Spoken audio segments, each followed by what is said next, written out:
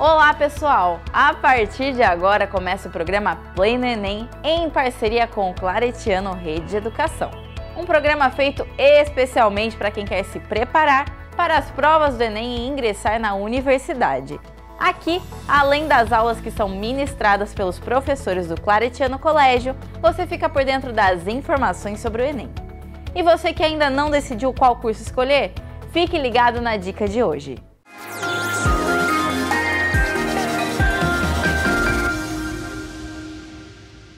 Olá, eu sou a Rayane e tô aqui para dar uma dica para vocês. E do meu lado tá a coordenadora do curso de Publicidade e Propaganda, que vai falar um pouquinho sobre o curso.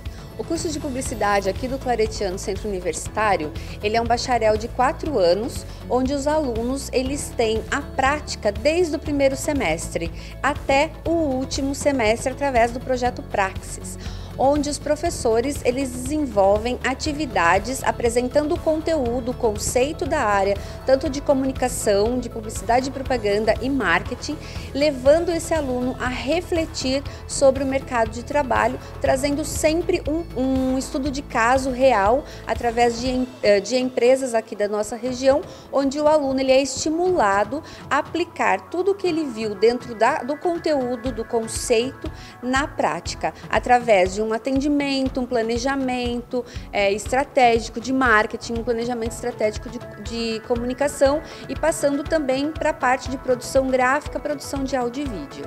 Que bacana! E sobre o mercado de trabalho?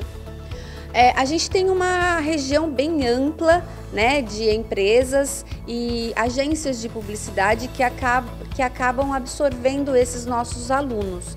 Então hoje o publicitário ele não se restringe a uma agência de publicidade.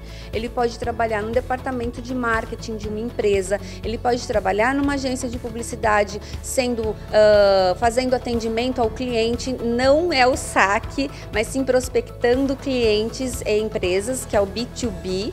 E aí a gente vai trabalhar também com os planejamentos estratégicos, que aí pode ser tanto em agências de publicidade quanto em departamento de marketing. Além dos alunos poderem trabalhar em produtoras de áudio e vídeo, como produtoras gráficas também.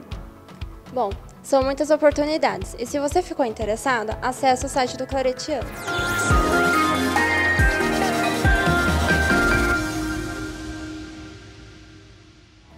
Ficou interessado? Então partiu estudar!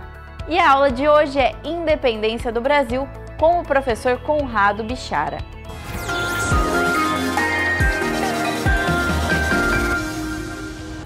Olá pessoal, sejam bem-vindos a mais um Play no Enem.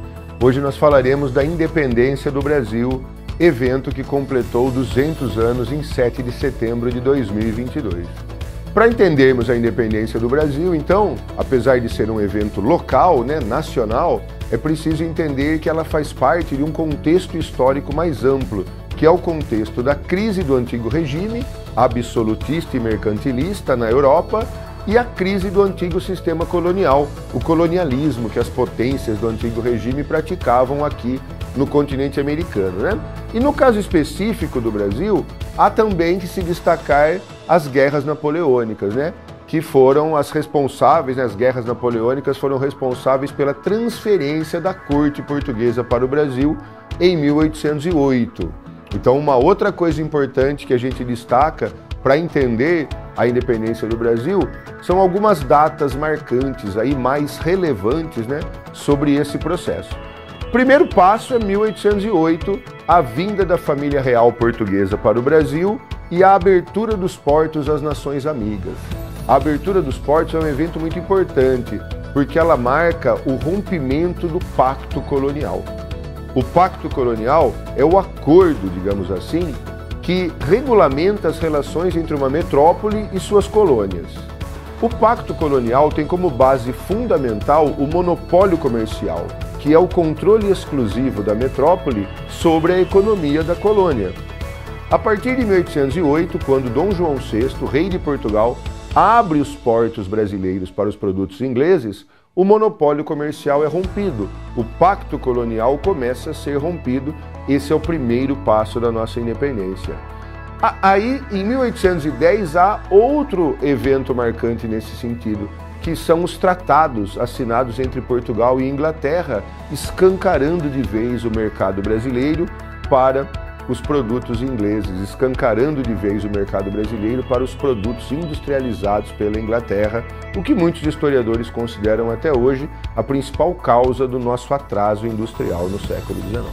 Então, 1808, a abertura dos portos, 1810, os acordos que escancararam nosso mercado para os ingleses, e aí nós chegamos em 1815, ano da derrota do Napoleão e do Congresso de Viena. Em 1815, nós temos uma mudança geopolítica muito importante. A Inglaterra, que era a principal interessada na vinda da família real e na abertura dos portos em 1808, agora passa a desejar a volta do rei Dom João VI e da corte portuguesa para Portugal, para que o Brasil se tornasse definitivamente espaço aberto para os interesses britânicos. Mas Dom João VI resiste. E para poder participar do Congresso de Viena, que foi a reunião que reorganizou a geopolítica europeia após a derrota do Napoleão, o Dom João VI adotou uma malandragem estratégica. Ele precisaria estar em sua capital para poder participar do Congresso de Viena. Como ele não queria voltar para Portugal, ele trouxe a capital até ele. A capital do Império Português passou a ser o Rio de Janeiro. Mas como uma colônia pode ser capital de um império? Não era. Em 1815, o Brasil foi elevado a Reino Unido. O Brasil se torna, então, o Reino Unido a Portugal e Algarves. E a capital desse império era o Rio de Janeiro. É claro que nada disso pegou bem em Portugal. Em 1808, o rei fugiu com a corte. Em 1810, ele deu vantagens econômicas para a Inglaterra. Em 1815, ele trouxe a capital para o Rio de Janeiro. Em 1820 e 1821, tudo isso gera o quê? A Revolução Liberal do Porto, ou seja, uma revolta pseudo-liberal em Portugal contra todo esse contexto, né? Porque pseudo-liberal era liberal por exigir uma Constituição, mas era antigo regime por exigir a recolonização do Brasil, né? Então quais eram as reivindicações dos rebeldes, né, dos revolucionários do Porto em 1820 e 1821? Eles queriam que Dom João VI voltasse para Portugal, levasse com ele o herdeiro, Dom Pedro. Queriam que fosse assinada uma Constituição para Portugal, por Dom João VI e Dom Pedro, e queriam que o Brasil fosse recolonizado. Dom João VI volta para Portugal, Dom Pedro I não vai junto.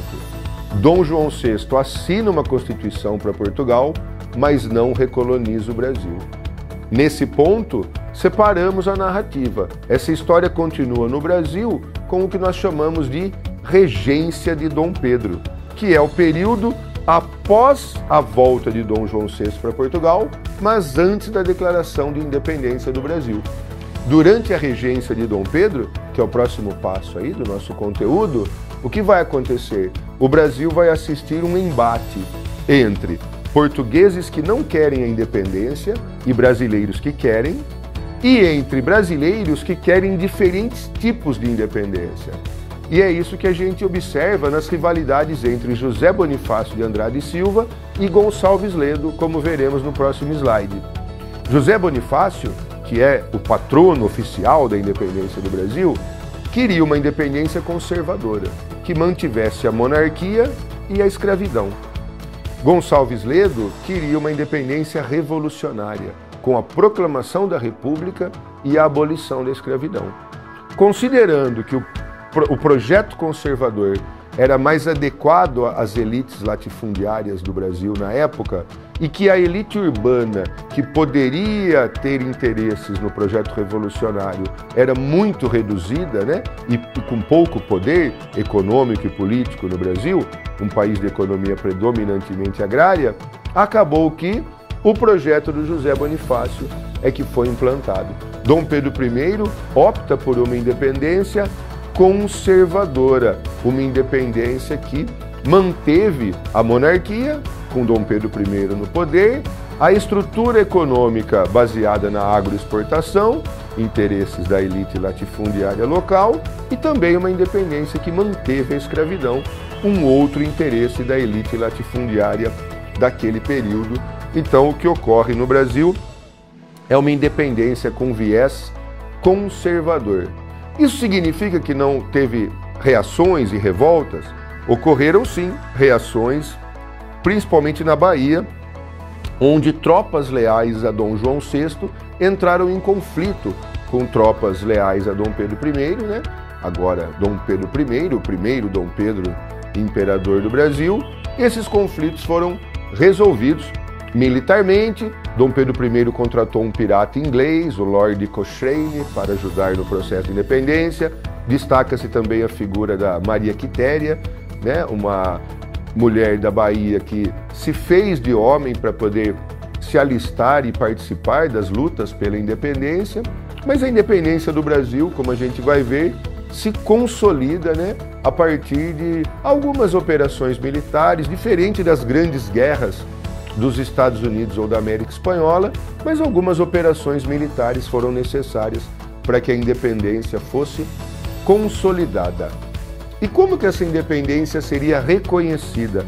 Como a gente vai ver no próximo slide, o primeiro país a reconhecer a independência do Brasil foi os Estados Unidos, o primeiro dos países que naquele momento estavam com algum destaque histórico mais relevante, né? Nós tivemos a Argentina, que reconheceu antes, mas ainda não era um país consolidado internacionalmente.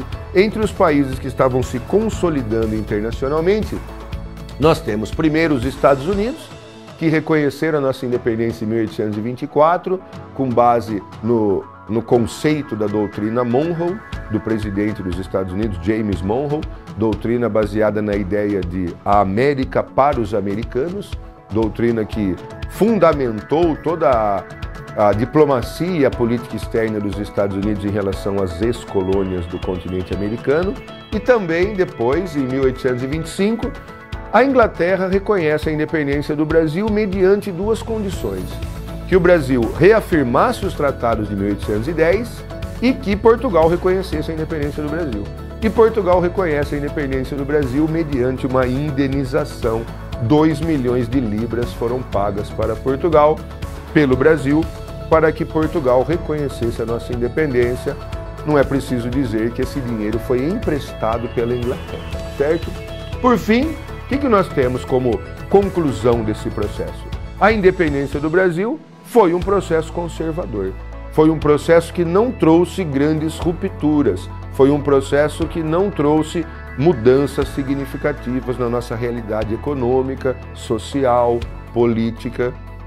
Foi mantida a unidade territorial, diferente do que aconteceu, por exemplo, na América Espanhola, onde as colônias se tornaram-se diferentes países, né, fragmentados. Então a unidade territorial foi mantida a monarquia, ou seja, o sistema político que durou até 1889, com a proclamação da República, né? Então em 1822 foi mantido o sistema monárquico de governo, foi mantida a escravidão como base, né, da estrutura produtiva do país, escravidão que foi mantida até 1888, né? E também foi mantida a estrutura econômica dependente aí da agroexportação, ou seja, a independência do Brasil foi uma ruptura política entre o Brasil e Portugal, mas não trouxe outras rupturas do ponto de vista econômico, social e político internamente, com a manutenção da monarquia, da escravidão e da agroexportação como base da nossa estrutura econômica. É isso aí, esse foi mais um Play no Enem, espero que tenham gostado e até a próxima.